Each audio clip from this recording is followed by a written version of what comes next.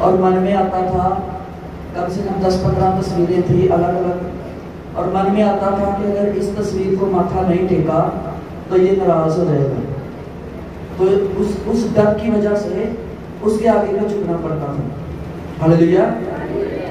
और जिस कभी किसी से बात होती थी तो मन में ये सवाल होता था, ये बात होती थी कि यार कुछ ऐसा बताओ कि इतनों के आगे झुकना ना पड़े। अगर परमेश्वर एक है तो फिर उसकी तस्वीर भी एक होनी चाहिए, फिर उसको मानने का तरीका भी एक होना चाहिए, और फिर उसका रास्ता भी एक होना चाहिए। हालेलुया। तो 24 अप्रैल 2004 को उससे 2-3 दिन पहले उनसे कुछ बातचीत हुई। उन्होंने कहा कि हमारे घर, हमारे चर्च आना, और अगर तुझे अच्छा लगेगा तो आया करना, अगर नहीं अच्छा लगेगा तो मत आना। तो 24 अप्रैल 2004 को मैं फर्स्ट टाइम किसी के घर पे, वो सर्दी करते थे, वहाँ पे गया, और वहाँ पे यिर्मयाह 2 अध्याय उसका 12-13 वचन पढ़ा गया। मैं उसको ऐसे ही दोहरा देता हूँ, आप नोट कर सकते हैं। यिर्मयाह 2 अध्याय 12 और 13 वचन, और वहाँ लिखा था, यहोवा परमेश्वर ये कह रहा है कि मेरी प्रजा ने, मेरे लोगों ने 2 बुराइयां की हैं। उन्होंने मुझे त्याग दिया, मुझे छोड़ दिया जीवते पानी के सोते को, और अपने लिए हौद बना लिए, वो भी टूटे हुए हौद जिनमें पानी नहीं ठहरता। हालेलुया। जब उसके ऊपर प्रचार किया गया तो मुझे समझ आ गई कि मैं तो एक टूटे हुए हौद में बैठा हुआ हूँ। हालेलुया। मैं एक टूटे हुए हौद में बैठा हूँ। पंजाबी कहते टूटे हुए चबच्चे से बैठा है, और मैं टूटे हुए हौद में बैठा हुआ हूँ, और यहाँ पे जीवन नहीं है, जहाँ पे कोई भी मुक्ति नहीं है, जहाँ पे कोई भी चंगाई नहीं है। मुझे तो अगर जीवन पाना है तो यीशु मसीह को कबूल करना पड़ेगा। हालेलुया। उसी दिन मैंने किसी से सलाह नहीं की, किसी से कोई मशवरा नहीं किया, अपने घर गया, घर जाकर मैंने सारी तस्वीरें उतार दी और उल्टी करके रख दी। मैंने अपनी मम्मी को बोला, किसी को देनी है तो दे देना, मुझे नहीं पता इसका क्या करना है। पर आज के बाद मैं वो जो ब्लू कलर वाली जो बाइंडिंग होती है, प्यार का सुनेहा, न्यू टेस्टामेंट, वो लेके आया और वो मैंने पढ़ना शुरू कर दिया। और पढ़ते पढ़ते धीरे धीरे बाइबल की समझ लगने लगी, और आज 19 साल हो गए हैं प्रभु की दया से। मैं कभी पीछे मुड़ के नहीं देखा, और 19 सालों से मैं प्रभु में चल रहा हूँ। हालेलुया। हालेलुया। और प्रभु की दया हुई है कि जो लोगों ने शुरू में बड़ा विरोध किया, या तो ईसाई बन गया, तूने धर्म परिवर्तन कर लिया, तुझे पैसे मिले होंगे, तूने ये कर लिया, तूने वो कर लिया, आज वो लोग जब किसी मुसीबत में होते हैं तो वो कहते हैं हमारे लिए प्रार्थना करें। हालेलुया। हालेलुया। और हम यीशु मसीह के नाम में क्या करते हैं? उनके लिए प्रार्थना करते हैं। और यीशु मसीह के नाम में प्रार्थना क्यों करनी है? मैं एक दिन प्रार्थना कर रहा था और मैं ये नहीं समझ पा रहा था कि यीशु मसीह के नाम में प्रार्थना क्यों करनी है। हालेलुया। पर प्रभु ने बताया, यीशु मसीह ने कहा, मेरे वसीले के बिना कोई भी पिता के पास नहीं पहुंच सकता। हालेलुया। अगर कोई पास्टर, कोई प्रचारक, कोई बहुत बड़ा सेवक कहता है कि मैं यीशु मसीह की जगह पे मैं परमेश्वर के पास पहुंच सकता हूं, तो वो झूठ बोलता है, क्योंकि बाइबल ने कहा कि मेरे अलावा कोई भी पिता के पास नहीं पहुंच सकता। तो अगर आप किसी जगह कोई काम करवाने जाते हो तो जो काम करवा सकता है फिर उसी को मिलना पड़ेगा। हालेलुया। और अगर यीशु मसीह पिता के सामने जा सकता है तो फिर हम प्रार्थना यीशु मसीह के नाम में करते हैं। हालेलुया। यीशु मसीह वो परमेश्वर जो जीवता परमेश्वर था, मरा, कलवरी सलीब के ऊपर कुर्बान कर दिया गया, दफना दिया गया, और तीसरे दिन वो मुर्दों में से जी उठा, और उसने कहा, देखो मैं मर गया था, आज मैं जी उठा हूं और मैं युगों युग जीवित हूं। हालेलुया। हालेलुया। बहुत सारी दुनिया, बहुत सारा मसीही संसार उस यीशु की आराधना करता है जो केवल मरा था। हम उस यीशु की आराधना करते हैं जो मरा था पर तीसरे दिन जी उठा, और उसने कहा मैं युगों युग जीवित हूं। हम उस उस यीशु की आराधना करते हैं जिसने कहा मैं अब्राहम के होने से पहले में था। हालेलुया। हम उस यीशु की बात करते हैं जिसने कहा कि पतरस को कहा इस प्रकाशन के ऊपर मैं अपनी कलीसिया को खड़ा करूंगा, इस पत्थर के ऊपर मैं अपनी कलीसिया को खड़ा करूंगा और मैं स्वर्ग राज्य की चाबियां तुझे दे देता हूँ। जो तू धरती के ऊपर बांध देगा वो स्वर्ग में बंध जाएगा, जो तू धरती के ऊपर खोल देगा वो स्वर्ग में खुल जाएगा। हालेलुया। और उस पतरस के बाद उन सारे चेले, पतरस था, यूहन्ना था, जो भी जितने 12 चेले थे, या पौलुस था, जब जितने भी नबी और रसूल आए, उन सब में से होते हुए आज हम अपने युग के अंदर इस बात को मानते हैं कि जो चाबी यीशु मसीह ने पतरस को दी थी वो चाबी आज यीशु मसीह की दुनिया के पास है। हालेलुया। हालेलुया।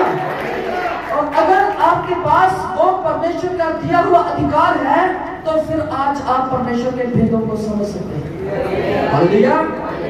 यीशु मसीह ने कहा मेरे बिना कोई पिता के पास नहीं जा सकता। और बड़ी हैरान कर देने वाली बात है कि यीशु मसीह के अलावा अगर कोई पिता के पास नहीं जा सकता तो फिर हम किसी और के ऊपर अपना भरोसा क्यों रखते हैं।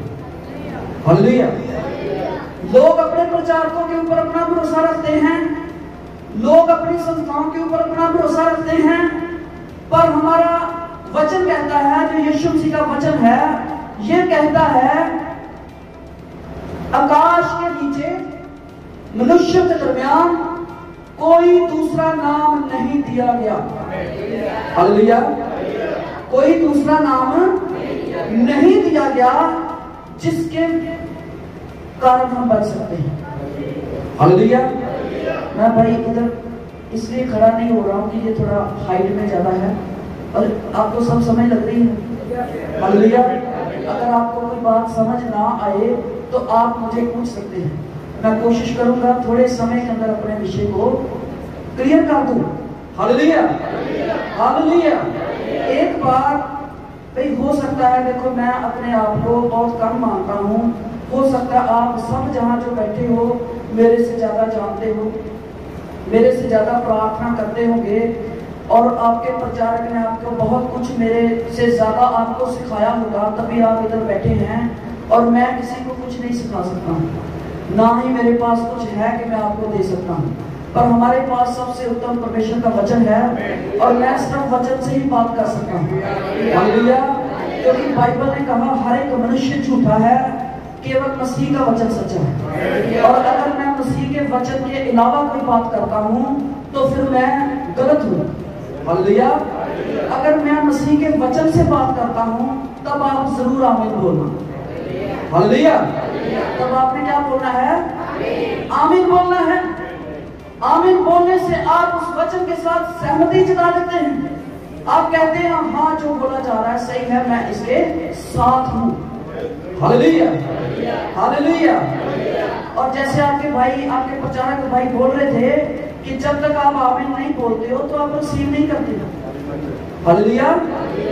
और क्या था पुराने जमाने में जब चाइना के लोग थे और वो धोबियों का काम करते थे, कपड़े धोने का काम करते थे, पढ़ाई लिखाई नहीं होती थी, उनके पास लिखने का कुछ आइडिया नहीं था, पढ़े लिखे नहीं थे, तो क्या होता था कि जो कोई कपड़े देने आता था, ये हमारे कपड़े धो के प्रेस कर देना, जैसे आज हम लॉन्ड्री में जाते हैं, तो वो क्या करते थे कि कागज का टुकड़ा लेते थे, कागज को तो उस समय फाड़ देते थे और एक टुकड़ा उसको दे देते थे जो कस्टमर है और दूसरा हिस्सा कपड़े में रख देते थे। और एक बार जब कोई आता था लेने के लिए, कपड़े लेने आता था, तो फिर वो क्या करते थे, उसको दोनों को आपस में जोड़ के देखते थे कि फिट बैठता है। हालेलुया। अगर वो मैच करता है तो कपड़ा आपका है, अगर मैच नहीं करता तो फिर आप किसी और का कागज ले आए और धोखे से आप कपड़ा लेके जाना चाहते हो। हालेलुया। अगर परमेश्वर का वचन है तो आप आमीन बोलना मैच करेगा, अगर आप आमीन नहीं बोलते तो फिर इसका मतलब समझ नहीं लगेगी। हालेलुया। वचन आपके लिए है, उसने वायदा किया मैं जाता हूं तुम्हारे लिए दूसरा सहायक भेजता हूं और वो मेरी बातों में से लेगा और तुम्हें सारी सच्चाई में तुम्हारी क्या करेगा, अगुवाई करेगा। हालेलुया।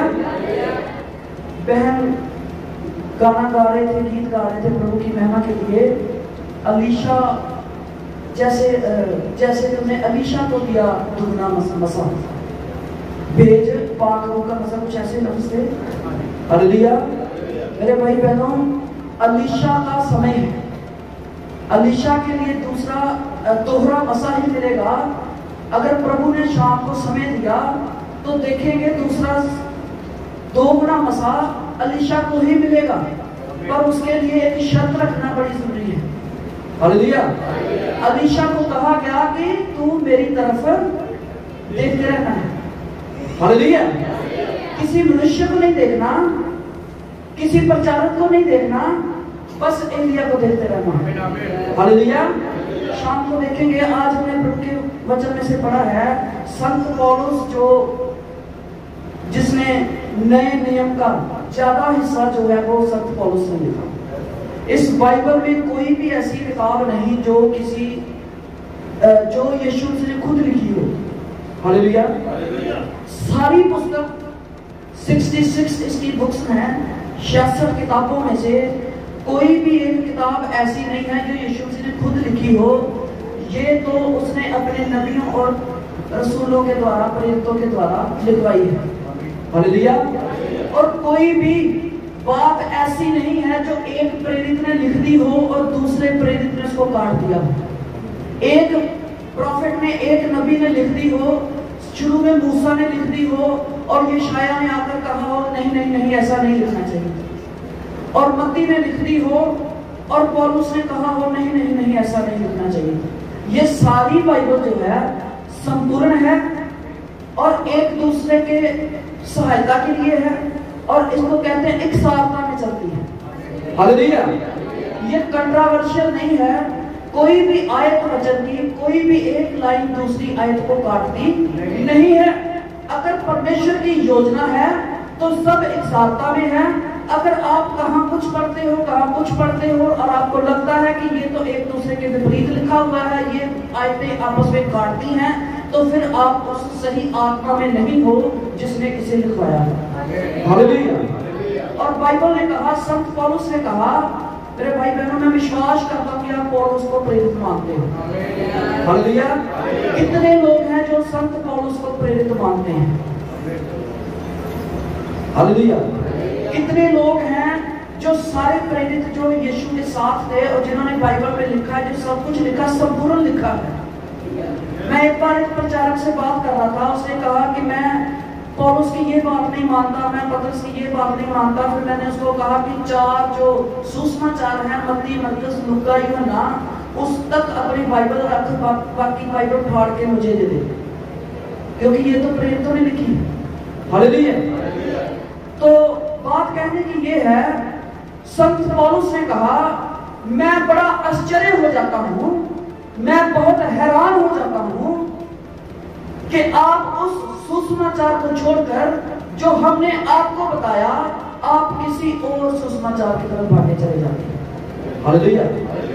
आप जानते, जब मूसा इस्राएल को मिस्र की गुलामी से लेकर आया और वो लेकर पर्वत के ऊपर चला गया, 40 दिन का समय हो गया था और वो वापस नहीं आ रहा था। परमेश्वर उसके साथ बात कर रहा था और परमेश्वर अपने 10 हुक्म उसको लिखवा रहा था। तो नीचे जो लोग थे वो बड़ा परेशान हो गए कि हमारा नबी कहां चला गया, हमारा अगुआ कहां चला गया। 40 दिन भूखे प्यासे वो तो मर गया होगा। और हारून ने उन लोगों को कहा कि देखो अब वो वापस नहीं आ सकता, इतने दिन हो गए, बड़ा परेशान हो गए हैं, आओ हम अपने लिए एक अगुआ खड़ा करते हैं। हालेलुया। उन्होंने क्या किया? बछड़ा बना लिया सोने को। उन्होंने कहा कि हमें ये मिस्र की गुलामी से बाहर निकाल के लाया है। ऐसा हुआ? हालेलुया। चाहिए था कि वो मूसा का इंतजार करते। उन्होंने 10 चमत्कार देखे थे जो फिरौन के सामने परमेश्वर ने दिखाए। परमेश्वर चाहता था कि वो उनका इंतजार करते और देखते कि हाँ मूसा आएगा, हमारे लिए परमेश्वर से कुछ लेने गया है। पर उन्होंने इंतजार नहीं किया, उन्होंने वेट नहीं किया। उन्होंने मूसा की सारी शिक्षा को छोड़ दिया कि मूसा क्या कह के आया था, कहां क्या हुआ, क्या कैसे टिड्डियों की वबा आई, कैसे लाल समुद्र दो हिस्से हो गया, कैसे सारा फिरौन की सेना मर गई, वो सब कुछ भूल के उन्होंने अपने लिए क्या कर दिया, एक बछड़ा तैयार कर दिया। परमेश्वर ने उस बात से घृणा की और परमेश्वर उनके ऊपर क्या हुआ, क्रोधवान हुआ। हालेलुया। मेरे भाई बहनों, इतिहास को क्या करता है, रिपीट करता है, दोहराता है।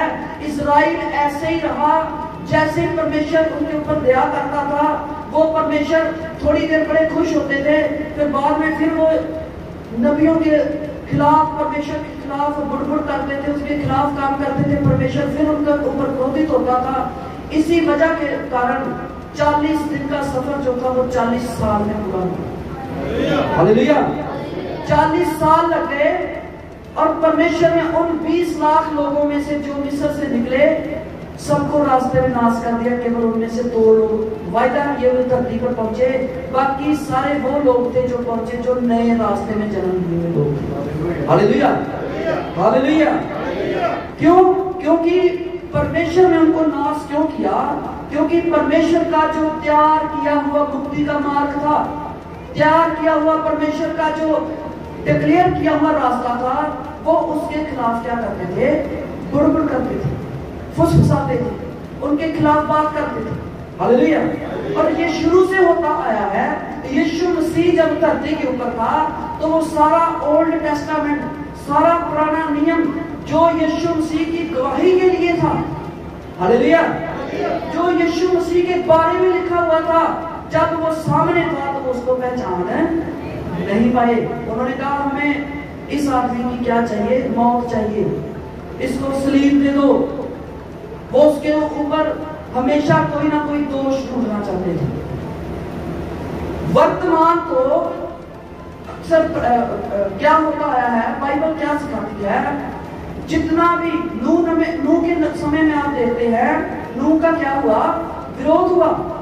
जितने भी नबी हुए हैं, जितना भी परमेश्वर के खड़े किए गए दास थे, उनका परमेश्वर के वचन के अनुसार क्या लिखा हुआ, उनका समय समय पर, वर्तमान समय के ऊपर उनका क्या होता आया, विरोध होता आया। और जब वो पास्ट बन जाता है, इतिहास बन जाता है, तब लोगों को पता लगता है कि ये तो परमेश्वर का चुना हुआ बंदा था, ये तो सच कह रहा था, हमें इसकी बात मान लेनी चाहिए थी, हम इसके पीछे क्यों नहीं चले, अब तो हमारे ऊपर सजा आन पड़ी है। यीशु के समय में भी ऐसा है। और यीशु मसीह ने उनको उदाहरण दिया, सब कुछ चीजों को जानते हो। यीशु मसीह ने कहा कि एक मालिक का बाग था, उसने अपने नौकर को भेजा कि अपना हिस्सा लेके आए, उसको पीटा, दूसरे को भेजा, उसको पीटा, तीसरे को भेजा, उसको पीटा, फिर उसने अपने बेटे को भेज दिया और उन्होंने क्या किया, उसका कत्ल कर दिया। और लिखा क्या, जब मालिक आएगा तो क्या उसका बदला नहीं लेगा। हालेलुया। ये होता आया है परमेश्वर के नबियों का, परमेश्वर के लोगों का, परमेश्वर के दासों का, यहां तक कि परमेश्वर के बेटे यीशु का विरोध होता आया है। हालेलुया। और जब यीशु धरती के ऊपर था, उसने कहा, जब उसने मेरे साथ, इन्होंने मेरे साथ ऐसा किया तो क्या आपके साथ ऐसा नहीं करेंगे। तो अब क्या है, 2-3 बात इकट्ठी हैं। एक तो जो इस्राएल के लोग थे, जो परमेश्वर की प्रजा रही है, ये बड़ी ढीठ प्रजा रही है, ये हमेशा ही अपने वर्तमान समय के संदेश वाहक को क्या करते आए हैं, विरोध करते आए। और यिर्मयाह 2:12-13 में लिखा, जैसे मैं पहले ही बोल चुका हूं, परमेश्वर का वचन कहता, इन्होंने मुझे त्याग दिया, मुझे छोड़ दिया, जीवते पानी के परमेश्वर को, उस परमेश्वर को जो मूसा को और सारी इस्राएल को लेके आया, उसको छोड़ दिया और अपने लिए बछड़ा बना दिया, अपने लिए टूटे हुए पौध बना लिए हैं जिनमें पानी नहीं ठहरता। हालेलुया। आपको समझ लग रही है?